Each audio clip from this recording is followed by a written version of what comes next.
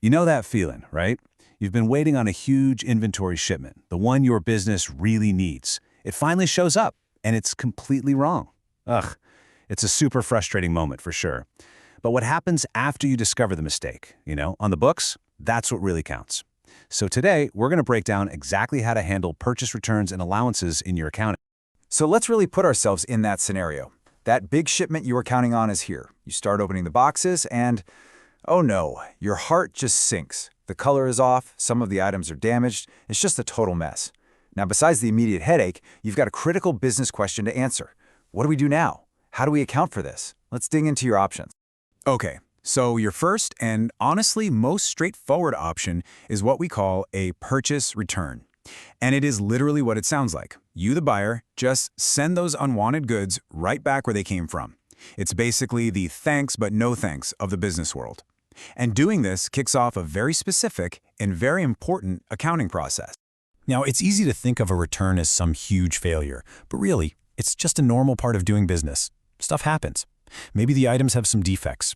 They're not made right. Or maybe the supplier just sent the wrong order entirely. You asked for blue widgets, they sent you green ones. Could even be a simple shipping mistake. But whatever the reason, the outcome's the same. You've got inventory you can't sell, and you absolutely have to get your record straight. And that question right there brings us to the real heart of it all. Knowing you need to send something back, that's the easy part. But knowing how to record it correctly in your accounting system, well, that's what separates a business that's running smoothly from one that's headed for some serious financial confusion.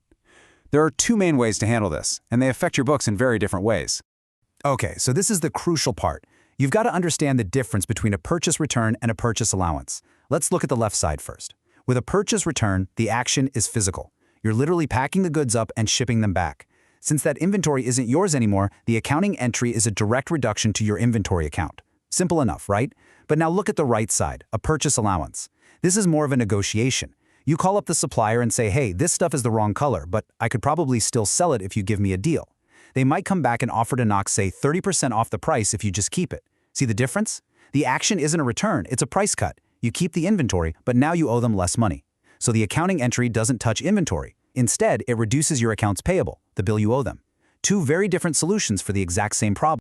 The whole return process really just unfolds in 3 simple steps. First, you identify the error, the defect, the wrong item, whatever it is. That kicks off the conversation with your supplier. Second, once you got the go-ahead, the goods are physically sent back. They are out of your warehouse. And third, and this is the key part for your books, your inventory account gets adjusted. This official entry decreases the value of inventory on your balance sheet, making sure your records actually match what's on your shelf. So why does all this matter so much? I mean, it seems like a small thing, right? Well, it's because these little day-to-day transactions, they're the building blocks for your entire financial picture. If you forget to record a return or you do it wrong, your inventory value is going to be inflated. That makes your assets look bigger than they are, it messes up your cost of goods sold, and ultimately, it gives you a completely false idea of how profitable your business actually is. Every single little transaction has to be right for the big picture to be right.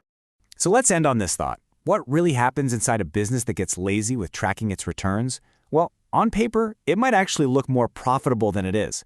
We're talking about a kind of phantom profit built on bad data. And just think about the ripple effects of that. It could lead you to make bad decisions on pricing, on future purchases, or even mess up your chances of getting a business loan.